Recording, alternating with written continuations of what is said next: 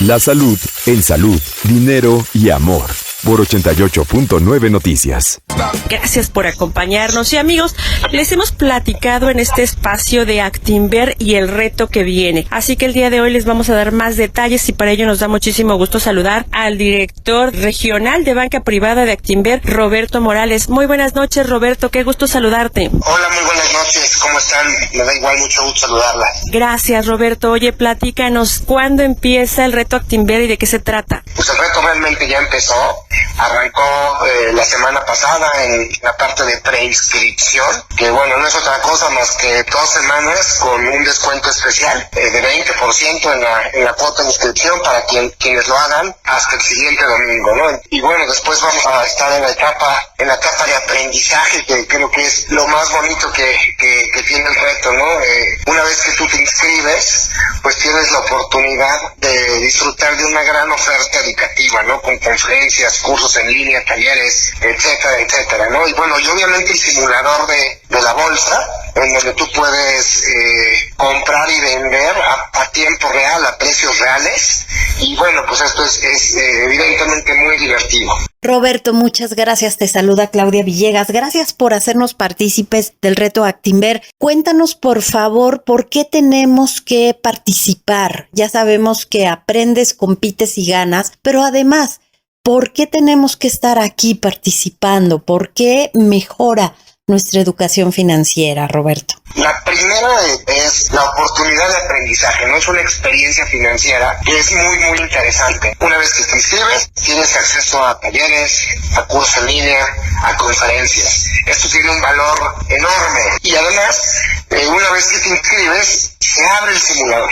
Entonces, pues te urge inscribirte, no hacerlo de una vez para empezar a practicar y cuando empiecen las semanas del concurso, ya sepas cómo funciona. Gracias, Roberto. Oye, ¿cuáles serían los beneficios? ¿Qué ganarían los participantes que se inscriban a hoy? Pues los que lo hacen hoy es el descuento del 20% en inscripción hasta antes del 8 de agosto, pero bueno, lo mejor es que tienes pues más tiempo para practicar. Y Roberto, regreso otra vez a los beneficios en materia de educación financiera en un sector, en el bursátil, que ha sido de alguna manera pues estigmatizado, de complicado, a veces hasta de elitista, pero es un mercado en donde los inversionistas, por ser renta variable, pueden maximizar sus rendimientos en ahorro. Cuéntanos, por favor, porque es importante en este sentido este reto.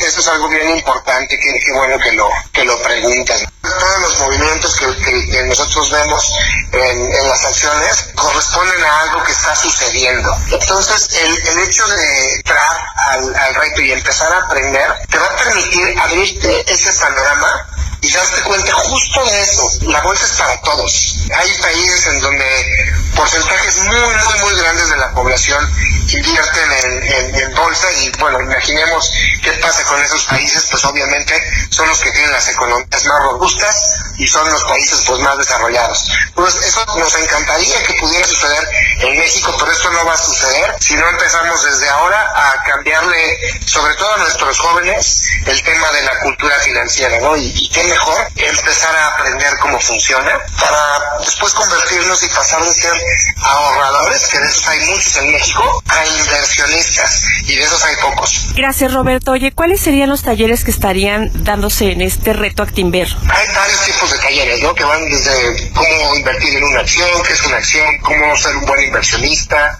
enseñarle a los hijos la importancia del ahorro, a más sofisticados, ¿no? Como invertir ya en acciones, análisis fundamental, análisis técnico. Hay algunos talleres de Bursanet, que ya es la plataforma para ya comprar acciones en la vida real.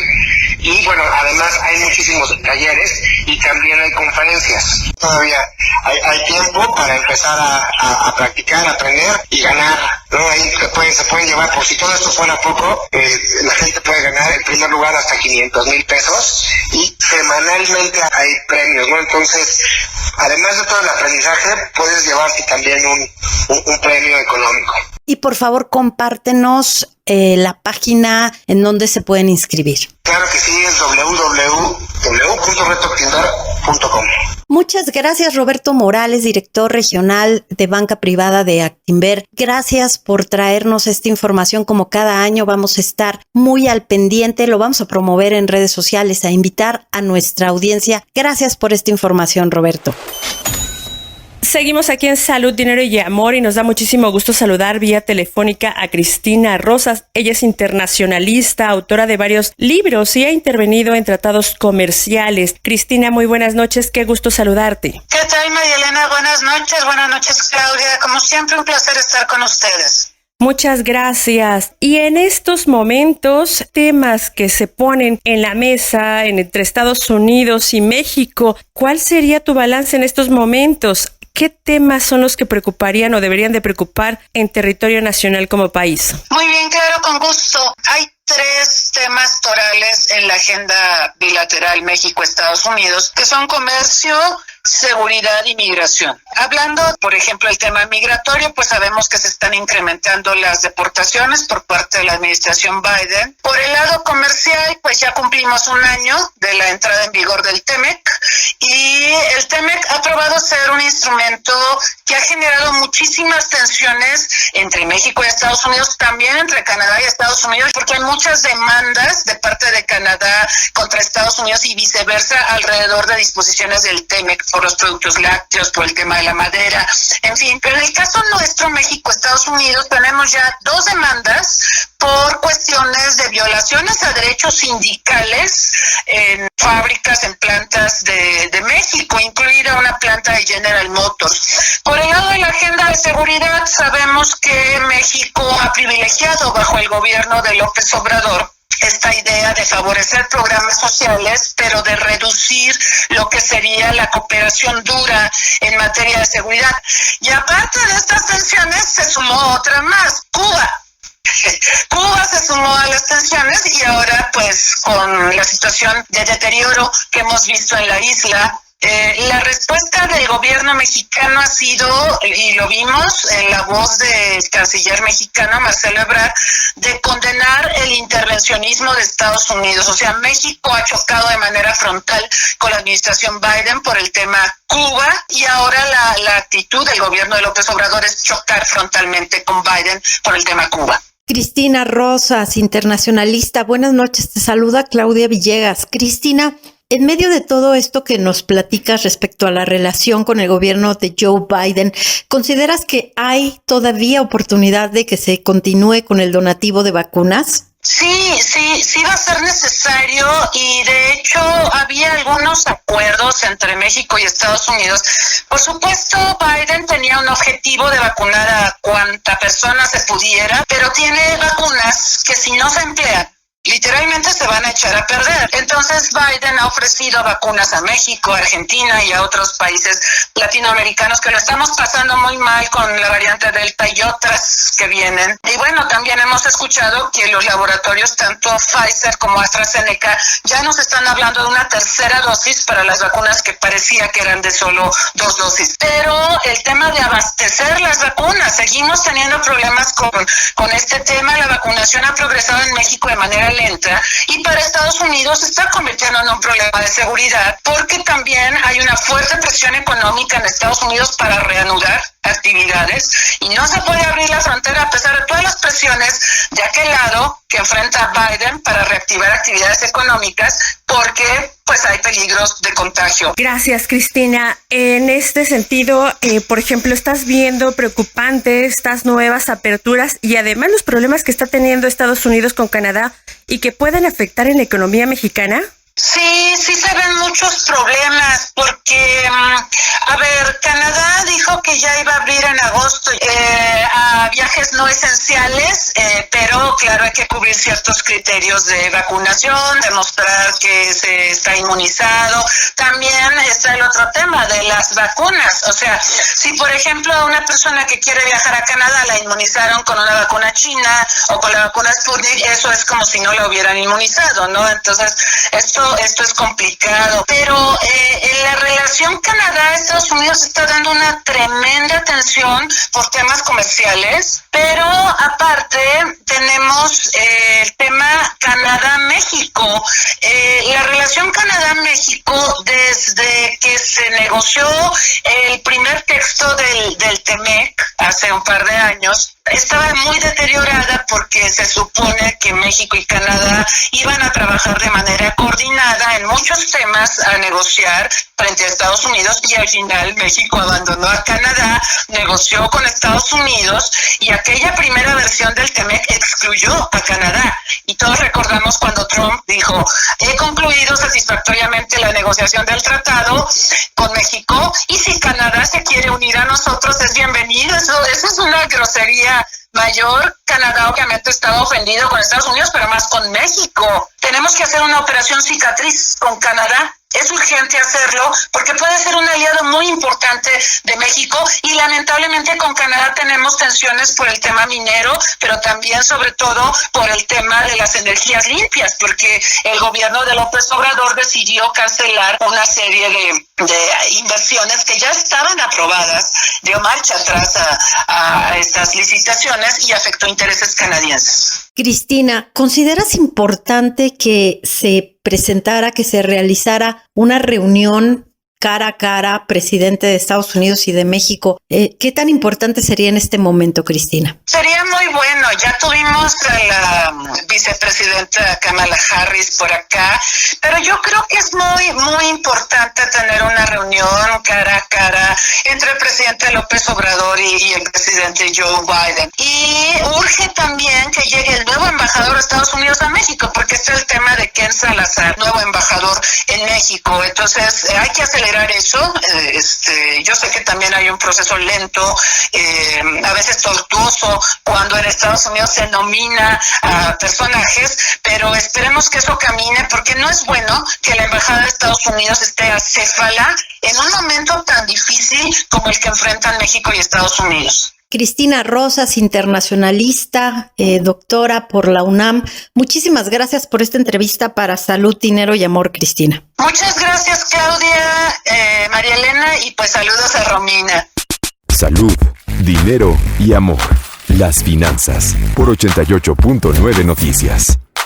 Y vamos a platicar con la abogada Lupita Hernández. Ella es socio del despacho Hernández Castillo, asesores empresariales, y vamos a platicar sobre la nueva ley de publicidad comercial. Lupita, ¿cuándo entra en vigor esta ley y qué aspectos deberían de ser de atención para el consumidor, Lupita? Gracias por esta entrevista. No, gracias a ustedes. Sí, la ley entra en vigor el próximo 1 de septiembre. Fue publicada el pasado 3 de junio en el Diario Oficial de la Federación, y básicamente la primer área de impacto de esta legislación nueva son las relaciones que existen entre los anunciantes, es decir, quienes contratan publicidad, las agencias de publicidad y los medios de comunicación. Y aquí un aspecto fundamental: esta ley establece como anunciante a todas las personas que utilizan redes sociales, por ejemplo, ¿no?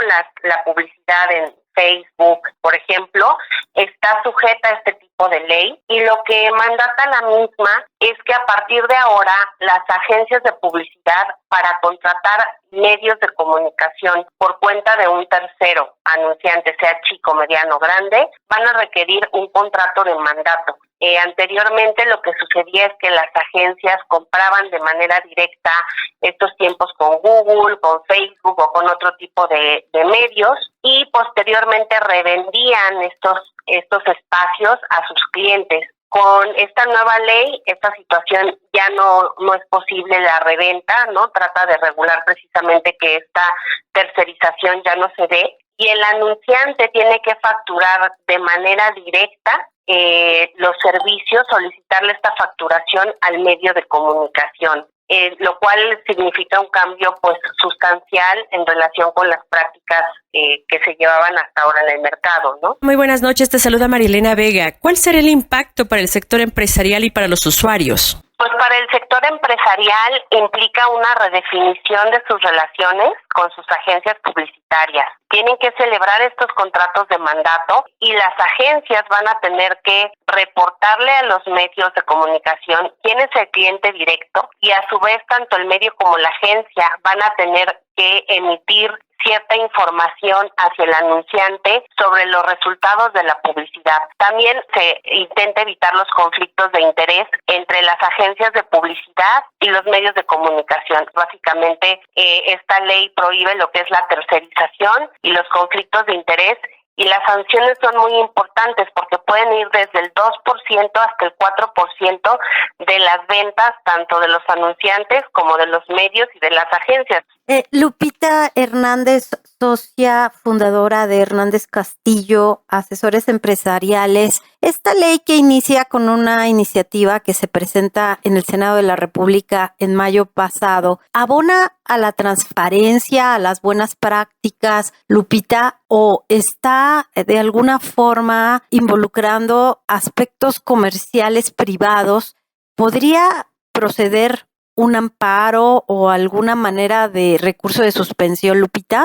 Pues mira, Claudia, es una pregunta muy interesante porque pues hay posiciones como todo a favor y en contra. La parte sobre todo de los beneficios, lo que intenta la ley es que los anunciantes sean los que tengan los beneficios directos de un medio de comunicación, ¿no? Sin embargo, también la industria ha manifestado que cuando se trata de anunciantes que no tienen mucho volumen, la contratación directa por vía de las agencias los beneficiaba, ¿no? Porque las agencias podían tomar clientes pequeños, muchos de ellos, y contratar en gran volumen y en ese sentido obtener beneficios, descuentos, etcétera, de los medios de comunicación y ofrecérselos a sus clientes. Entonces, pues también hay posiciones que dicen que pues esta ley está en contra de la competencia económica, ¿no? Del libre mercado y de las posibilidades que tienen tanto anunciantes como medios de comunicación de realizar sus formas contractuales como ellos lo decidan, porque ahora la ley establece de manera obligatoria la existencia de un mandato cuando antes pues no se establecía. Entonces sí existe la posibilidad de promover un juicio de amparo a partir de la entrada en vigor y aplicación de la propia ley, ¿no? Para quienes consideraran que efectivamente estas garantías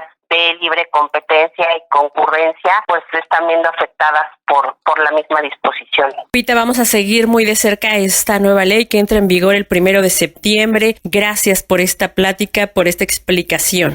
Gracias a ustedes, mucho gusto y un saludo a su auditorio. Muchísimas gracias. Seguimos aquí en Salud, Dinero y Amor. Romina Román, Claudia Villegas y una amiga y servidora, Marielena Vega. Vamos a hacer una pequeña pausa y regresamos. No se vaya que tenemos mucho más información. Ellas te apasionan. Salud, dinero y amor.